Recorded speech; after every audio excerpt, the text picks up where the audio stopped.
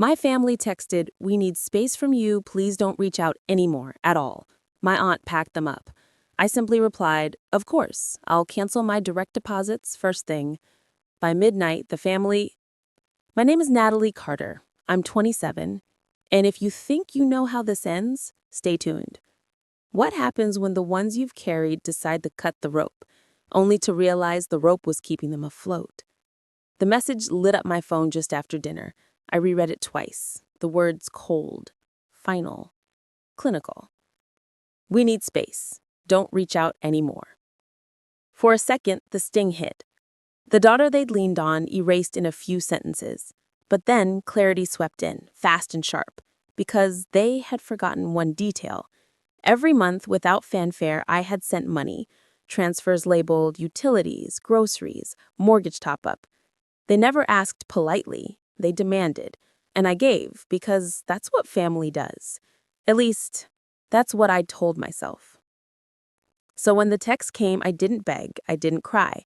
I typed my reply with hands steady as stone. Of course, I'll cancel my direct deposits first thing. And I hit send.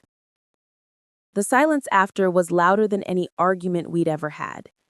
By midnight, the family group chat, usually a mess of requests, complaints, and last-minute needs, had exploded. My aunt had already helped them pack, carting boxes into her minivan, whispering promises that they'd be fine without me. But deep down, I knew they had built their comfort on my quiet sacrifice.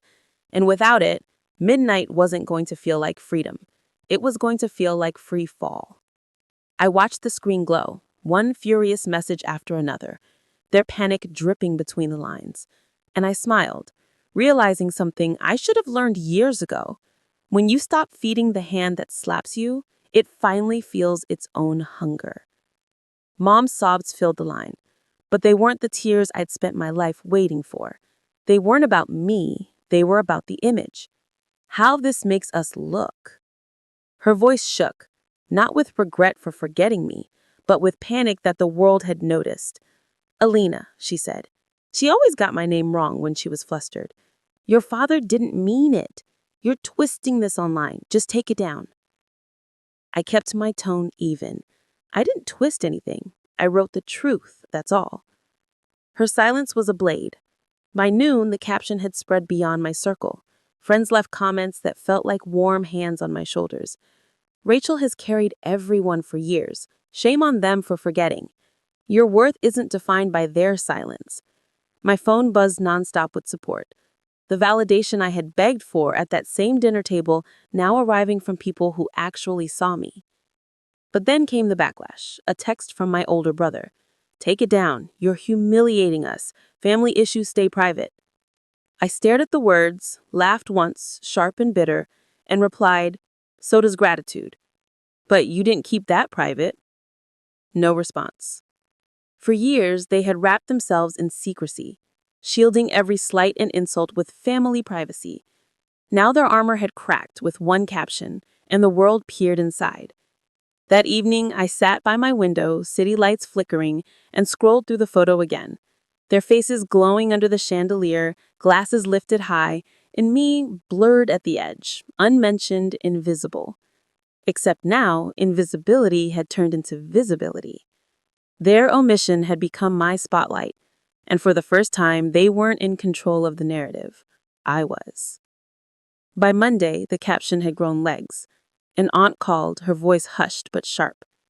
"Rachel, sweetheart, why would you humiliate your parents like this? Everyone's talking. You know how hard they try." I pressed my forehead against the cool glass of my window, staring down at the streetlights. "They try for everyone else, not me." She sighed the way people do when they want you to shrink back into silence. Family matters should stay in the family. I almost laughed. That line again. Privacy had always been their shield, a way to erase my feelings while protecting their image. But privacy hadn't fed me when I skipped meals to pay rent. Privacy hadn't clapped for me at my art show. Privacy hadn't remembered my name in a Thanksgiving toast. When I hung up, I opened my phone. Dozens more messages waited. Colleagues who admired my work, friends who reminded me of my worth, even acquaintances who barely knew me but understood the sting of being invisible. One message stopped me cold. Sometimes the strongest person at the table is the one no one mentions, but they know, trust me, they know. I let the words sink in. Maybe they did know. Maybe my parents' silence wasn't forgetfulness. Maybe it was willful. They had always elevated my siblings, praising their safe careers and conventional lives. My work didn't fit their mold, so they erased it. Erased me. That night, Dad finally called. His voice was low, rough. "Rachel, you need to apologize to your mother. She hasn't slept since your post. You've embarrassed us in front of everyone." I gripped the phone tight, my jaw clenched. "No, Dad, you embarrassed yourselves. I just refused to cover it up." The silence that followed was heavier than his words. For the first time, he had no quick retort, no lecture, and that silence told me everything I needed to know.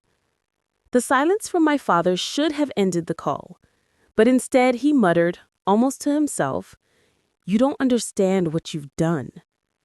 I leaned back in my chair, staring at the ceiling. "No, Dad, I finally understand exactly what I've done." I told the truth. By midweek, the caption wasn't just a post, it was a mirror.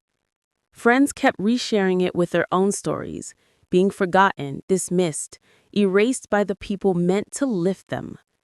My words had become larger than me, and my family hated that.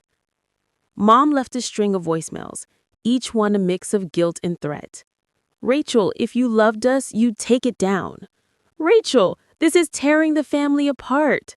"Rachel, you've made me look like a bad mother." I played them one by one, each message confirming the truth I had known all along. It wasn't about me. It never was. It was about how they looked, how their carefully polished image was cracking. On Thursday, my younger sister sent a text. "Congrats on being the drama queen again. You love attention, don't you?" I typed slowly, carefully. "No, I love respect. They gave you speeches. They gave me silence."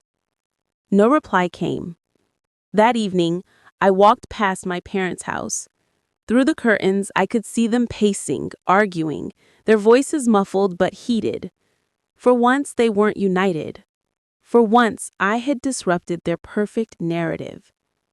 I pulled out my phone and snapped another photo, not of them, but of myself, standing in the glow of a streetlight, independent and unashamed. I posted it with a new caption. "Respect isn't a favor, it's a right. And when it's withheld, silence becomes a weapon." The likes and comments rolled in again, a flood of validation stronger than any Thanksgiving toast could offer. And as the night deepened, I felt something shift. For years, I had begged to be seen. Now their refusal to see me had made me visible to everyone else. They couldn't erase me anymore. I had carved my name into the silence. By the weekend, I could feel the cracks widening in our family's perfect facade. Relatives who rarely spoke to me began sending quiet messages. "I saw your post, Rachel. You're right, they've always overlooked you." Others reached out with cautious sympathy, tiptoeing between truth and loyalty. The ones who stayed silent told me the most. Silence meant agreement, even if they didn't have the courage to say it aloud. Meanwhile, Mom's calls shifted from sobbing to sharpness. "Do you realize how selfish you sound? Your siblings are furious. You've humiliated us in front of everyone." Her words were fire meant to burn me back into silence, but instead, I felt stronger. "I didn't humiliate you," I replied flatly. "I just refused to carry your erasure quietly." That night, I sat at my desk and opened the photo again. My siblings glowing under the chandelier, raising glasses to speeches in their honor. My absence at the table now screamed louder than their names ever could. I thought of every year before, when I had cooked dishes, set the table, cleaned in silence while their accomplishments were paraded. How many times had I told myself, Next year will be different. But it never was. Thanksgiving wasn't a dinner. It was a stage, and I was never invited to step into the light. This year, I hadn't just stepped off the stage. I had burned it down. The caption, the photo, the ripple of attention, it wasn't about revenge. It was about reclaiming my narrative, the one they had silenced year after year. And as the support kept pouring in, I realized something beautiful. I didn't need their speeches. I had found my own voice, and it was louder than applause. By the sixth day, the tension had grown unbearable for them. Dad left a terse voicemail this time, stripped of his usual authority. "Rachel, just come home. We'll talk about it at the table. Enough of this nonsense." The irony stung. He wanted me back at the same table where I had been invisible, the same table where every speech had skipped me like I wasn't even breathing. Now suddenly, my absence mattered. But I wasn't rushing back to fill a chair. Instead, I poured my energy into work. My boss had seen the viral caption, not the family drama, just the strength in my words, and offered me a new project lead. My colleagues congratulated me, their respect evident, their support genuine. Recognition from strangers and coworkers felt richer than any crumbs withheld. That evening, Mom sent a final text. "Rachel, this is breaking us. Take it down, please, for your father, for me." I stared at it for a long time. Then I typed back, "It's not the caption that broke us. It's every year you pretended I wasn't worthy." Her reply never came. Later that night, I sat on my balcony, city lights flickering like scattered stars, and thought about the strange beauty of it all. One photo, one caption, years of silence cracked open like a fault line. My family wanted me invisible, but their refusal to see me had amplified my voice. I pulled out my journal and wrote a single sentence across the page. "Silence has teeth." And I realized maybe this wasn't just about Thanksgiving. Maybe it was about every room I'd been overlooked in, every conversation I'd been excluded from, every speech I had waited for that never came. For the first time, I didn't feel like the forgotten sibling. I felt like the truth teller. And truth, once spoken, doesn't return quietly to the shadows. The following Sunday, the whispers turned into open fractures. At church, neighbors approached my parents, their voices low, curious. "We saw Rachel's post. Is everything all right?" My mom forced a smile that didn't reach her eyes. Dad's jaw stayed tight. They hated it, being questioned, being seen as less than perfect. Meanwhile, my siblings seethed. My brother sent me a string of texts. "You've ruined Thanksgiving for everyone. You thrive on drama. Congrats." My sister chimed in too. "You could have just talked to us. Instead, you embarrassed the family." I didn't reply because they weren't angry that I lied. They were angry that I told the truth where people could hear it. That afternoon, I walked through a gallery downtown, staring at paintings bathed in light. My own work hung in the corner, small, understated, but mine. A stranger paused in front of it, studying it carefully, then whispered, "This one feels honest." It was enough, more than any speech could ever give me. By evening, another message came from Dad. Short, clipped. "Rachel, if you want back in this family, you'll need to apologize." Apologize? The words sat bitter in my chest. Apologize for existing, for noticing my erasure, for finally giving voice to years of silence. I typed my reply slowly, each word deliberate.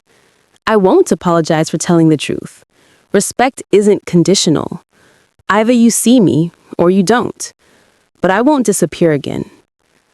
No response, only the sound of my own heartbeat steady. And so, I looked at the photo once more, That Thanksgiving table, the glow of laughter, their glasses raised without me, and I realized it wasn't just a memory of exclusion. It was proof of transformation. They had tried to erase me, but I had written myself back into the story. And this time, the spotlight wasn't theirs to control. Thanksgiving had passed, but the echoes lingered. My parents' house, once a stage for polished speeches, now sat under a cloud of whispers they couldn't silence. My siblings carried the weight of questions from friends and neighbors, their perfect image tarnished by the very omission they thought would keep me small. And me? I walked lighter. In my apartment, the walls glowed with the warmth of new beginnings. Canvases leaning against corners, projects stacked neatly, proof of a life I had built without their approval. For once, I didn't crave a toast in my honor. I had learned that respect built on conditions isn't respect at all. One evening, I lit a candle, the flame flickering across the photo that started it all. Their faces frozen mid-laughter, their glasses raised, my absence captured forever. A scar and a victory, all in one frame. My phone buzzed with another message from Mom. This one wasn't anger, or denial, or begging. Just 5 words. We never meant to hurt you. I stared at it for a long time. Maybe they hadn't meant to. Maybe they had. But intention no longer mattered. What mattered was that I had stopped waiting for their recognition.